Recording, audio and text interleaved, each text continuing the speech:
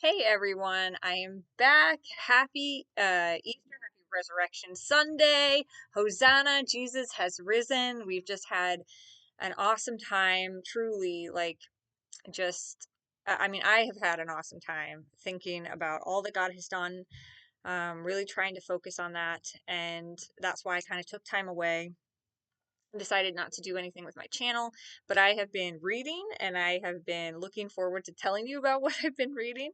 So, undoubtedly, it is time. It's time to talk about it. So, I have obviously, I've got my Goodreads up here so that I can kind of look back on what I read during the month.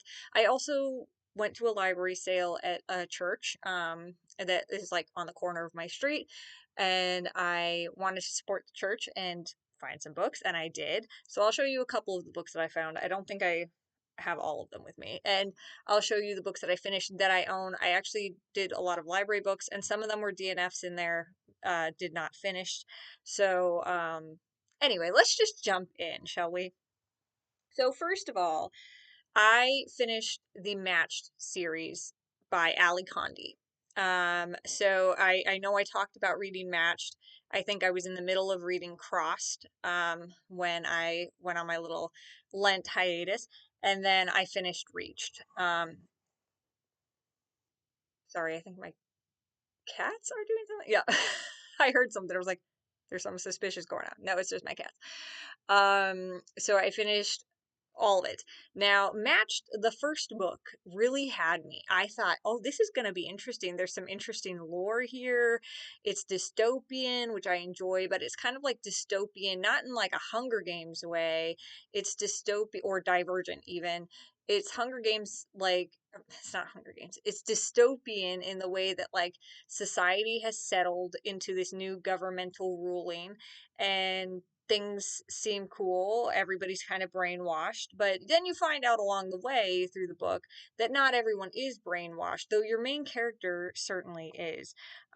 She's used to it. She likes the way, I mean, she has questions, but not enough questions to like do anything about it, kind of. So, anyway, I thought that it was interesting. I really liked the way she wrote her characters. I like the main character whose name is escaping my brain right now. It starts with a C. Cassia. We got there. We got there. And I liked Xander, though we didn't really. I feel like we didn't really get much of a connection with Xander in the first book. Interestingly enough, even though he was supposed to be like the first love interest and her best friend, but you get really close with Kai.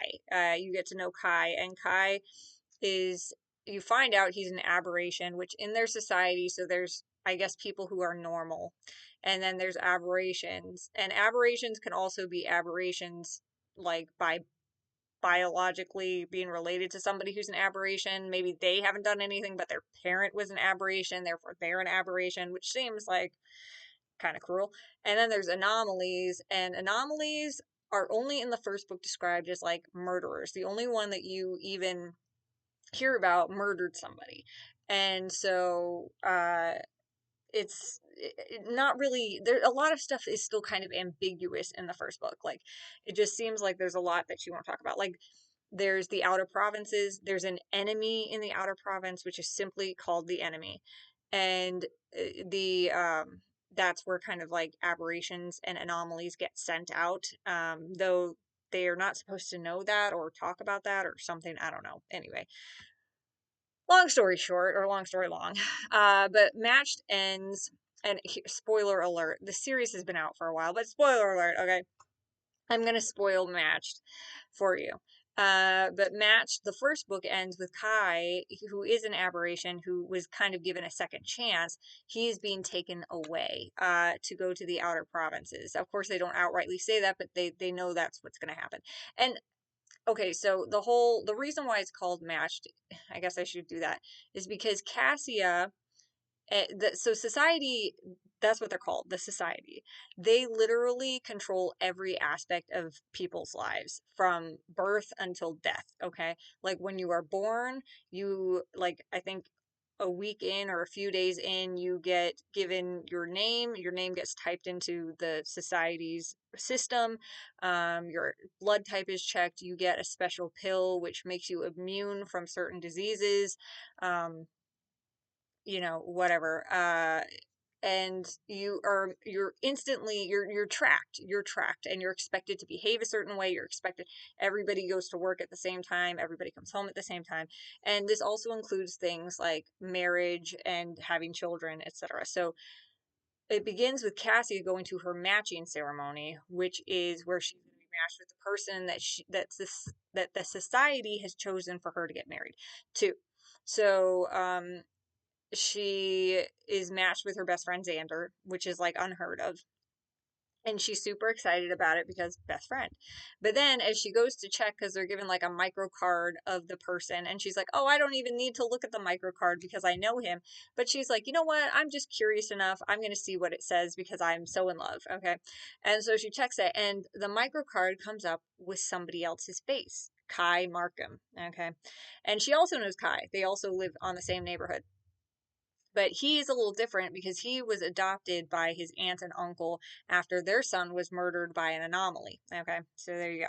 And Kai, being an aberration, his parents died in the outer provinces, and he was taken from the outer provinces and brought here for a second chance. Okay, that's kind of where he came from. But she is shocked because aberrations are actually not allowed to be matched. So she doesn't understand how all of this came to be. Ta-da!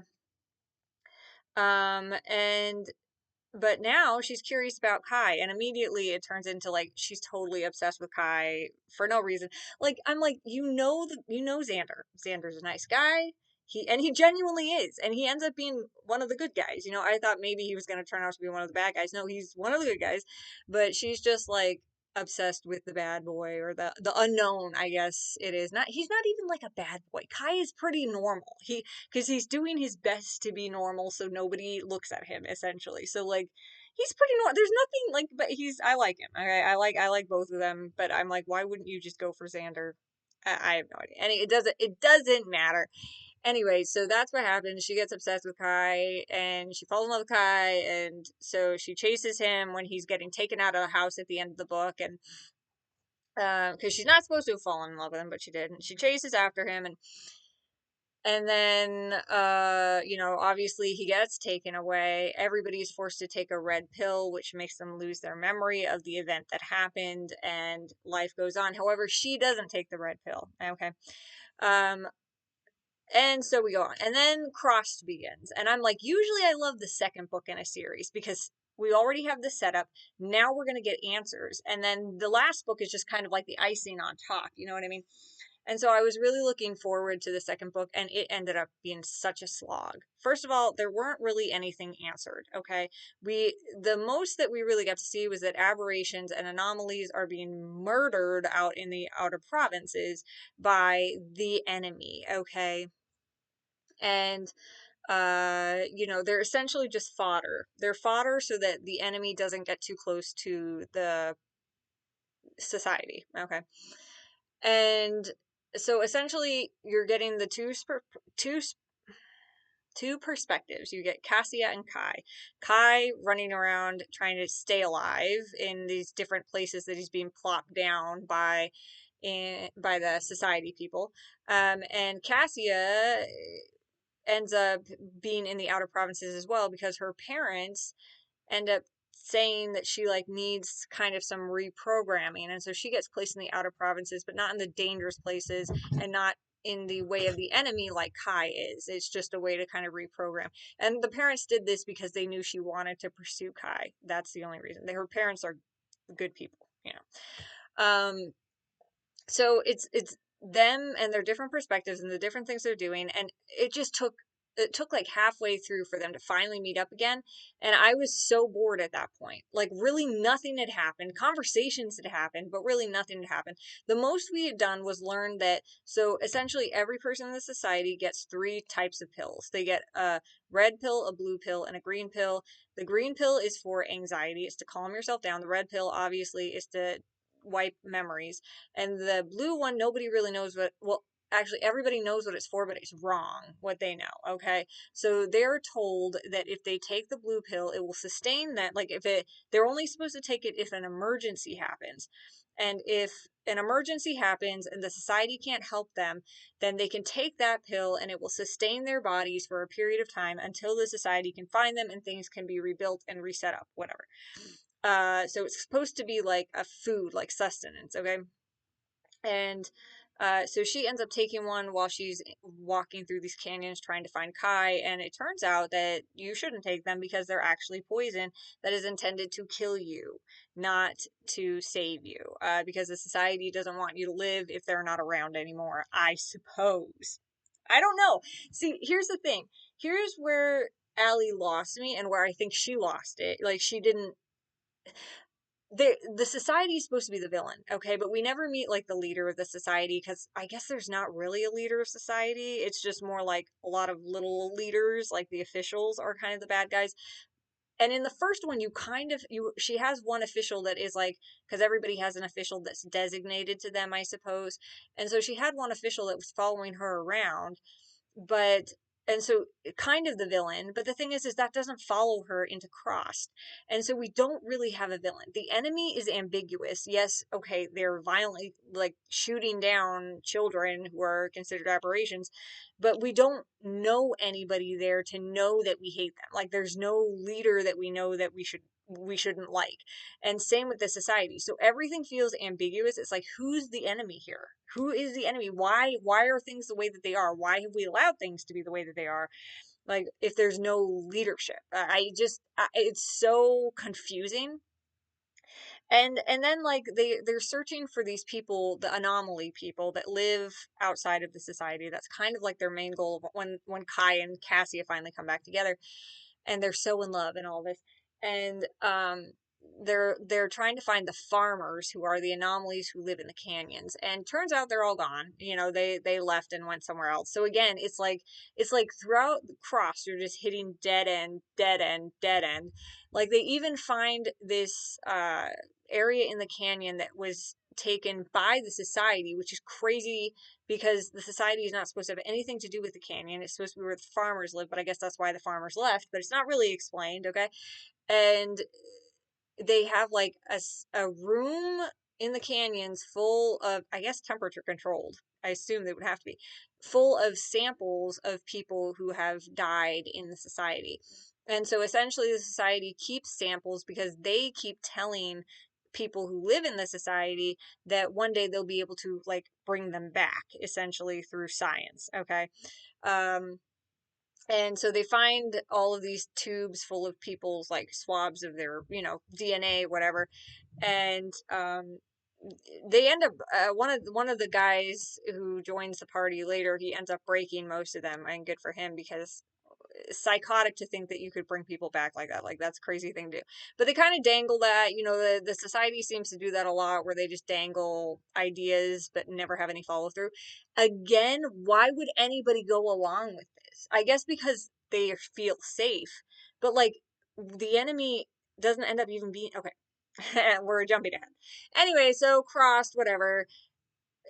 Throughout the thread through another thread throughout the Match trilogy is poetry. Okay, so the other thing, and really I think the biggest thing, is that the society does not allow for any sort of creativity because that can bring thoughts, okay, and ideas, and we don't want that. So nobody is taught how to read or write beyond typing or reading on a computer. You are not allowed to write, you are not allowed to do art, you are not allowed, you just work and live in the society, and that's it, okay?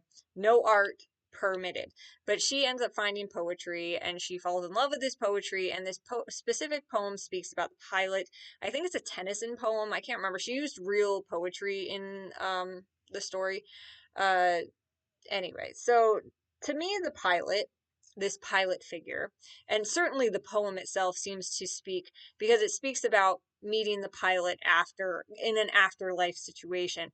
Now, for me as a Christian, the pilot of my life would be God, okay? Jesus, my Lord. He would be the pilot of my life, right? But for them, the pilot is the leader of the resistance, okay? And the pilot could be anybody, and there are multiple pilots, and blah, blah, blah. It's very, again, the ambiguity and the confusion, okay? So Kai's father, before he died, once wanted to be a pilot. So he was trying to lead a resistance, but that ended up getting squashed. He was killed, etc. That's why Kai doesn't want anything to do with this resistance. I can't remember. Does it have an actual name? I feel like it had an actual name, but it is escaping my brain. Okay. Anyway, so Kai is like, no, but shoot, but Girly Pants, Cassia, and their new friend Indy want to go to the resistance. So they end up going, um, against his will, I guess, and he ends up being a pilot. She ends up being sent back into the society to kind of be an inside man, etc., etc. Okay. And that's where Crossed ends. I just don't want to keep talking about this. It's so boring. Anyway, we get to Reached, and I thought, well, please, please let us have some answers. I would love some answers right about now. Really, no. Okay, so basically, things that I thought that I already considered were true, which is essentially that there is no enemy anymore. The enemy was obliterated by the society a long time ago, and now the society essentially just masquerades as the enemy to kill aberrations in the wilderness. No surprises there. Another thing that was not a surprise to me because it was very Hunger Games is that the Resistance, much like District 13, were not actually any help. Okay, in terms of, I mean, they ended up taking over the society very easily, but essentially they were the society by a different name, much as what was her name, Coin, something Coin. She ends up wanting to be like President Stowe and dictatorship, etc. So essentially, that's what the resistance ended up being. They took over, and in the worst way, okay? This thing starts out, you know how the resistance starts out? They start out by releasing a plague. They start out by releasing a plague in the society, and the reason why they did that is because they knew that the society did not have the cure for the plague. Therefore, it would completely disintegrate the leadership of the society, but the officials wouldn't be able to do anything, and the people's faith in the society would completely fail, etc. And then they would swoop in with all the cures and save people, okay? Horrific idea. I can't believe that was even their thought. Like stupid, just stupid. Because guess what viruses happen to do? They mutate. And that's what this one did. It mutated and people started dying, and then Kai and Xander and Cassia realized that maybe the resistance is not what we thought it was. And Xander becomes a point of view in this one as well. He's a physic, which is essentially a doctor of some sort. And so he was part of the resistance. That was his big secret, is he was actually part of the resistance the whole time. And he tells Cassia secretly, and then you kind of have a will they won't they with Cassia and Xander, and it's like Cassia's like, no, I love, what's his face, Kai, and Xander's heart gets crushed, and poor little guy. Anyway, he falls for somebody else. Whatever, it's fine, it's great, good for him. Or does he? I don't know, it kind of leaves off ambiguous, but anyway, everything about this is ambiguous. So then much of it is the plague happening, bad things happening, and them trying to figure out what to do. And also, so we have the pilot figure, okay? The pilot who is like been this like, ooh, like who is the pilot gonna be? Ends up being somebody from somewhere that we've never met before, okay? And everybody loves him. He's very charismatic, whatever. But like, I don't know him. Neither does anybody else. Therefore, I have zero attachment to this pilot. Like, I really thought the pilot was going to end up being Kai or Cassia or something, so that I would have some sort of like, all right, we're in it. But no, somebody, I don't even know what his name is. He's simply called the pilot. And he is essentially nameless, faceless. Like, I don't, like, even though he literally meets them in person, I don't remember what his description was, because I don't think he got a description. Like, it was so ambiguous and so stupid. And essentially, he felt just like a puppet for the resistance, because they were the society by a different name. That's what it ends up being found out. So, but anyway, so he ends up taking them. Kai ends up getting sick. And Xander and Cassie, I guess, are tasked with finding the cure for him and some other people who have fallen ill, and essentially putting the pressure on them because Kai's in the balance. And Xander is also friends with Kai. Awkward. Anyway, so then they're in this, they go to this, it's called a stone village. And now this stone village is beyond the outer provinces. And this is where people have run away to in the past. And then you find out that Kai, his cousin that got murdered and is the reason why he ended up in this society, wasn't murdered. He was actually sent to beyond the outer provinces to one of these stone villages, and you never meet him, but you find out that he was there at some point, and who knows if he's alive or not, but he was there at some point. He wasn't murdered. His father simply sent him away because he knew things were getting bad in the society. But he was at some point forced to take a red pill and therefore forgot. So, T. Those red pills are really coming in handy. And then you get the biggest twist of all, because the whole thing is that Cassia never understood how she matched with Kai and what kind of mistake, how did the society make that kind of mistake? Well, it turns out that she was at some point met with by resistance people and asked to do something on their behalf to kind of screw things up in the society. She, I suppose, agreed and then ended up doing the thing, which was messing with matches. Now, she didn't know she messed with her own match, but inevitably she matched herself with Kai, unbeknownst to herself. She was forced to take a red pill and completely forgot the event altogether. And that's that. Okay. So, like, the reveals are very, especially at this point when I am so bored out of my mind. Like, I skimmed the last, like, 200 pages. This is a 500-page book, okay?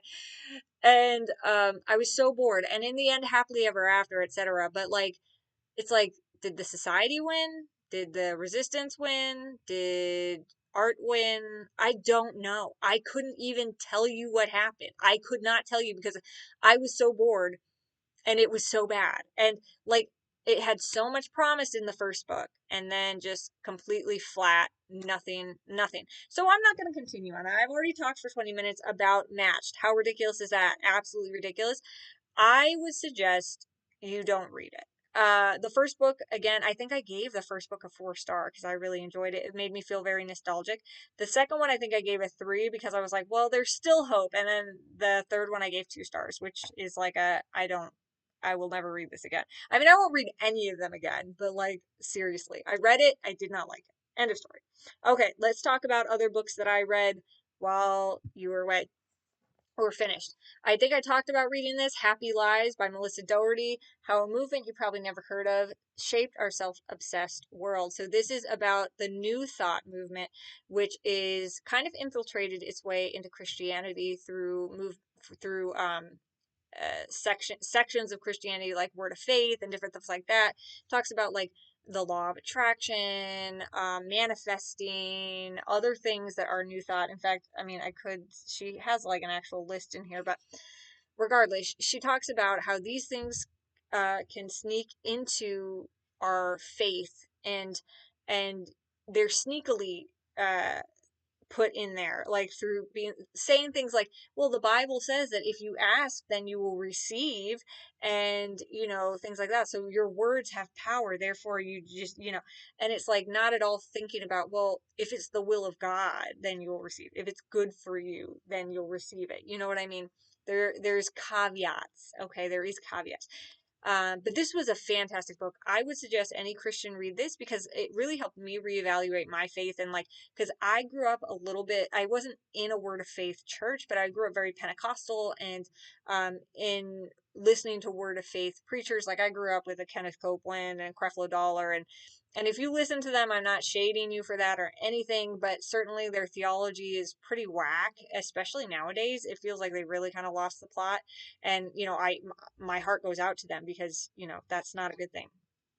But this really helped me to see how things can go so far bad, and the importance of staying true to the biblical traditional understanding of the word, the historic understanding, literal understanding of the word, and not kind of twisting it to make it fit your needs or your desires, I guess. More desires, because God will meet all your needs. Okay.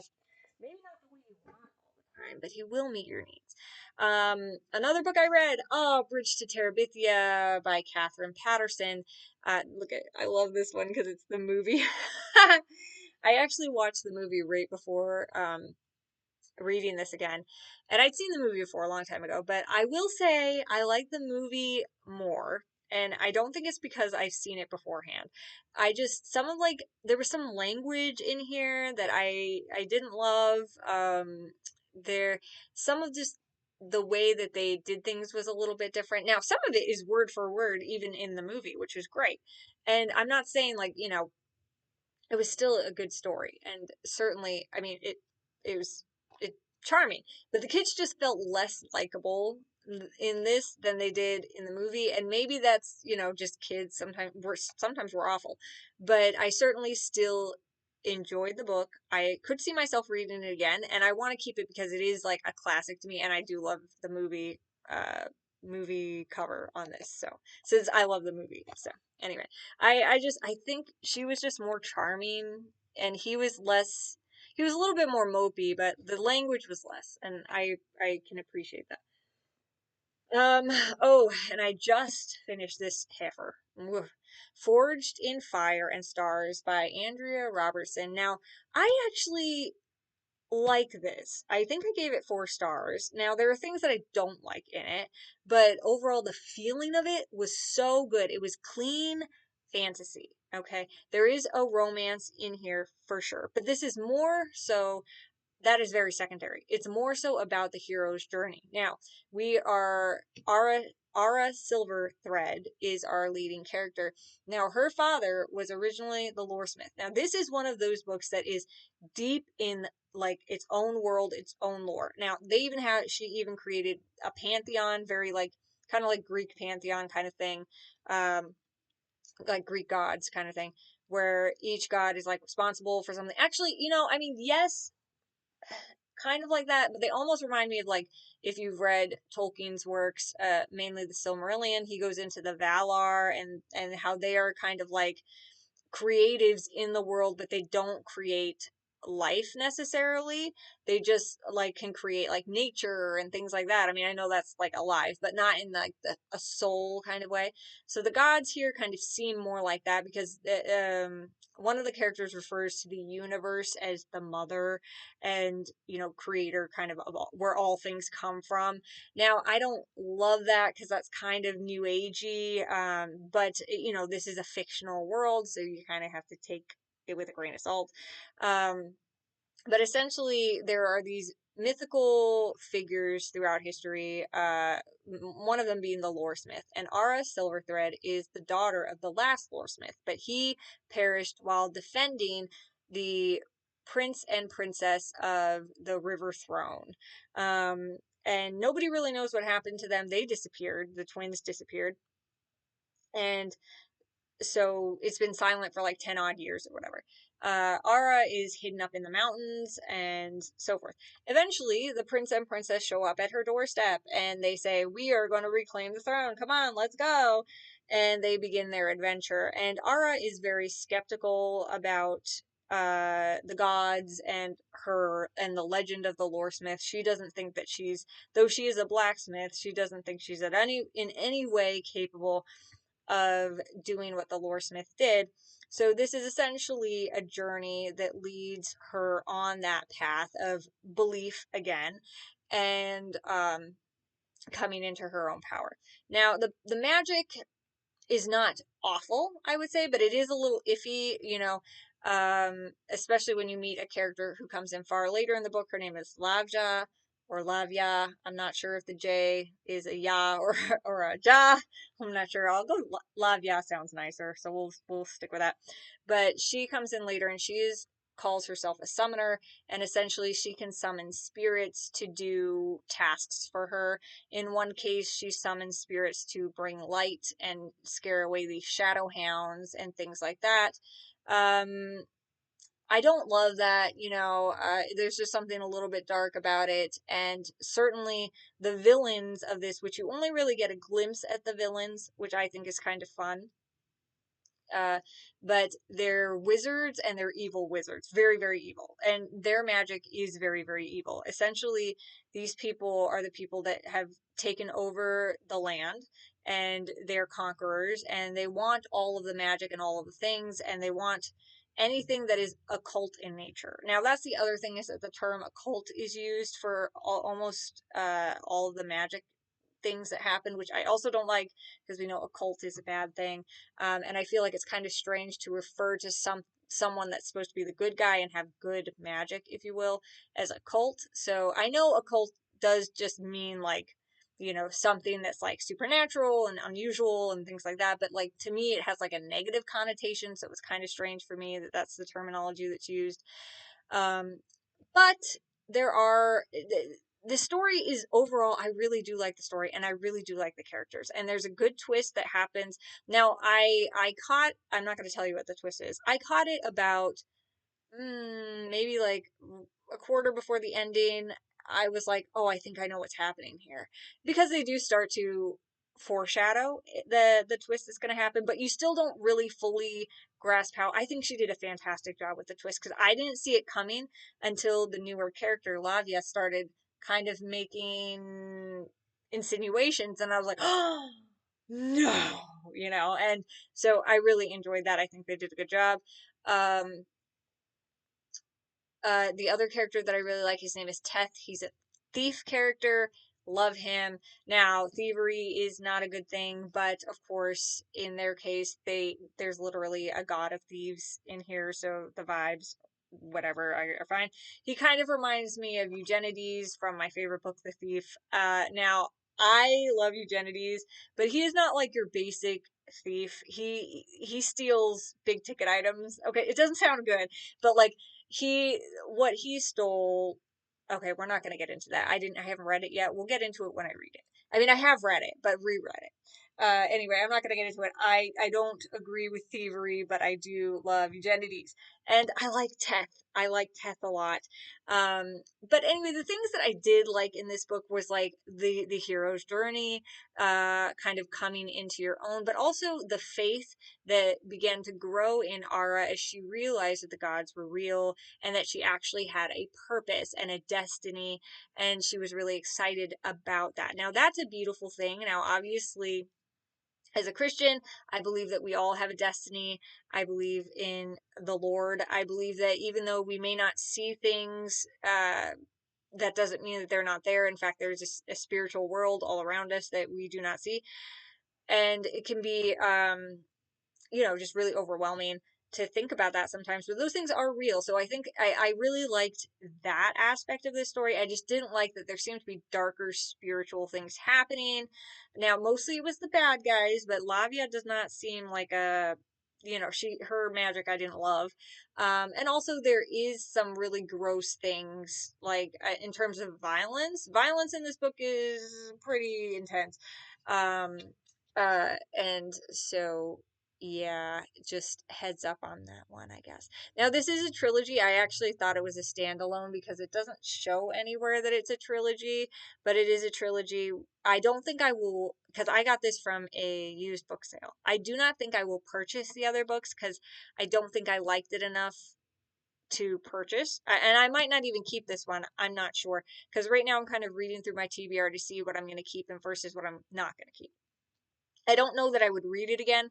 Keeping it is kind of like I would reread this and it touched my life. Like, this has not done that. So, though it was very enjoyable. But I am going to see if the library maybe has the other two books so I can see how it ends for the heroes, and go from there. Maybe. I don't know. I'm kind of tired.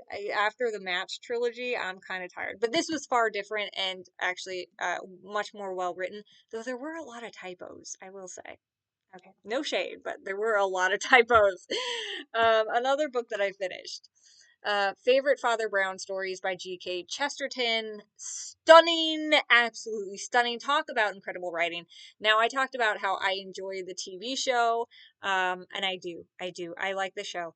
But this was really fun to read. Now, most of these are not like mysteries that are actively happening like in the TV show. In fact, most of them are Father Brown talking about something that happened. And now there's a couple of them that are actively happening. I won't say that they're all like this, but the majority of them were stories that he seemed to be like explaining to somebody, here's something that happened, and can you figure out how it ends kind of a thing, which I thought was really different, especially since I recognize some of these stories as being actual episodes that I've watched and seen how they managed to take the source material and stay quite true to it with maybe a few changes, but also instead of making it a story that he is explaining, they actually made it into a whole, him actively going through the act of solving the crime and being present for it, and stuff like that. So it was really cool, but this was so charming. I love this. I would love to read more from G.K. Chesterton. I've read a couple of books of his now, one that was a theology book, or theology, I don't know, but it was a book on a saint, him being Catholic, and then this one, and I really had a great time. I really loved it, and I can't wait to read more. Another book I read, Jesus Prom by John Weesey. I think it's Weesey. I don't know. I just finished this one recently. Absolutely, I thought this was gonna be I picked this one up on a really good sale, and I was like, this kind of sounds silly, but I'm curious. It says life gets fun when you love people like God does. Now, this was incredible. This was so sound theologically, and it I think this is would be such a good book for a young Christian as well, but it touched my heart. Like, there was just some incredible things. I loved it. I would encourage any Christian to pick up Jesus Prom. It is so positive and full of love and full of heart, and also full of the hard truths of being a Christian, like suffering and leaving things behind and dying to yourself and the hard things that we have to face, but how we can face those things with great joy because we know we get to serve the living God. We know that we have hope in Jesus Christ and that we get to love other people, and there's nothing greater than that. So, highly recommend John Weesey, Jesus Prom. Highly recommend. Okay. Is that it? That might be it. Let me check my Goodreads because it'll tell me more. Okay, so happy list. Okay, so I had some that I got from the library as well, but also that I DNF'd. I will talk about the DNFs last. So the other thing that I read was Morrigan, which was by oh gosh, what's her name? Mary E. Pearson. And Mary E. Pearson wrote I don't know what the Remnant Chronicles, also the Dance of Thieves. I don't know what that duology is called, but